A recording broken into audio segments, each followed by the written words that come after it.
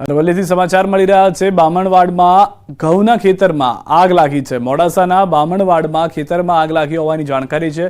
વિસ્તારમાંથી તણખા કરતા ઊભો પાક આગમાં હોમાઈ ગયો છે। 2.5 વીઘા ખેતરમાં વાવણી કરાયેલો પાક ખાક થઈ ગયો છે। વીજ વિભાગ સામે ખેડૂતોમાં આક્રોશ જે છે તે જોવા મળી રહ્યો છે। વલસાડ જિલ્લાના ધરમપુરમાં રસ્તા પર દોડતી એક કાર અચાનક પલટી મારી ગઈ। લોકોની અવરજવર વચ્ચે કાર પલટી મારતા સમગ્ર વિસ્તારમાં દોડધામ મચી ગઈ।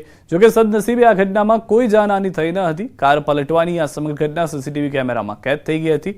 શહેરના લક્ષ્મીનારાયણ મંદિરની સામે રોડ પર લોકોની અવરજવર હતી। એ વખતે જ એક ઇકો કાર ઝડપે પસાર થઈ રહી હતી। એ દરમિયાન રોડ પર ટર્ન લેતા જ અચાનક કાર પલટી મારી ગઈ હતી।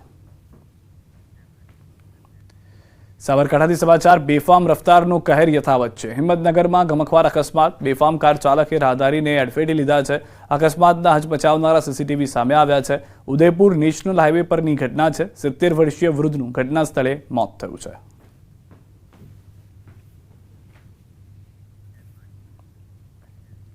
રાજકોટમાં ફરી એક વખત બીઆરટીએસ રૂટ પર સીન સપાટા કરતા હોવાનો વિડીયો વાયરલ થયો છે। બીઆરટીએસ રૂટ પર કારનો વિડીયો થયો છે વાયરલ। બીઆરટીએસ રૂટ પર કાર ચલાવી વિડીયો બનાવી સોશિયલ મીડિયામાં વાયરલ કર્યો છે।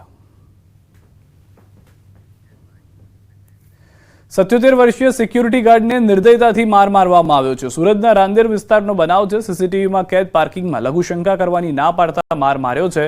વૃદ્ધ સિક્યુરિટી ગાર્ડને દંડાથી ઢોર માર મારવામાં આવ્યો। રોડ પર પગ પકડીને ઢસડીને અમાનવીય હુમલો કરવામાં આવ્યો।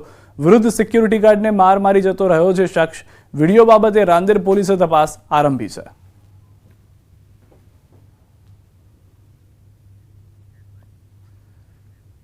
અમદાવાદના નરોડામાં સામાન્ય બાબતમાં પાડોશીઓ આમને સામને આવી ગયા હતા। મારામારીમાં 4 વ્યક્તિઓની ઈજા પહોંચી છે। જ્યારે સમગ્ર ઘટનાની જાણ પોલીસને કરતા નરોડા પોલીસે બંને પક્ષની ફરિયાદ નોંધીને વધુ તપાસ હાથ ધરી છે। નરોડા વિસ્તારમાં આવેલ સદગુરુ લેન્ડમાર્કમાં ધૂળેટીના પર્વના દિવસે બપોરના સમયે દિલીપ સોના નામનો વ્યક્તિ ફ્લેટની લોબીમાં આંટા મારીને જોરથી બૂમો પાડતો હતો અને બેભત્સ ગાળો બોલતો હતો। જેથી બ્રિજેશ સિંહ અને તેનો ભાઈ તેને સમજાવવા ગયા હતા। બાદમાં દિલીપ સોનીનો ભાઈ યોગેશ સોની પણ ત્યાં આવી પહોંચ્યો હતો અને બોલાચાલી ઝઘડો કરીને 4 વ્યક્તિઓને છરીના ઘા માર્યા હતા।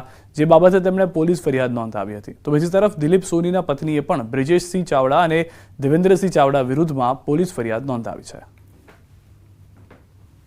પરિવારો રહેતા હતા એમાં એક જે છે આર્મીવાળા જે હતા એ પત્ની સાથે કંઈક ગાળાગાળી કરતા હશે અને એમાં એમની સામે રહેતો પરિવાર છે એ ગાળો બોલવાની ના પાડી કે ભાઈ તમે ગાળો આવી જાહેરમાં ના બોલો।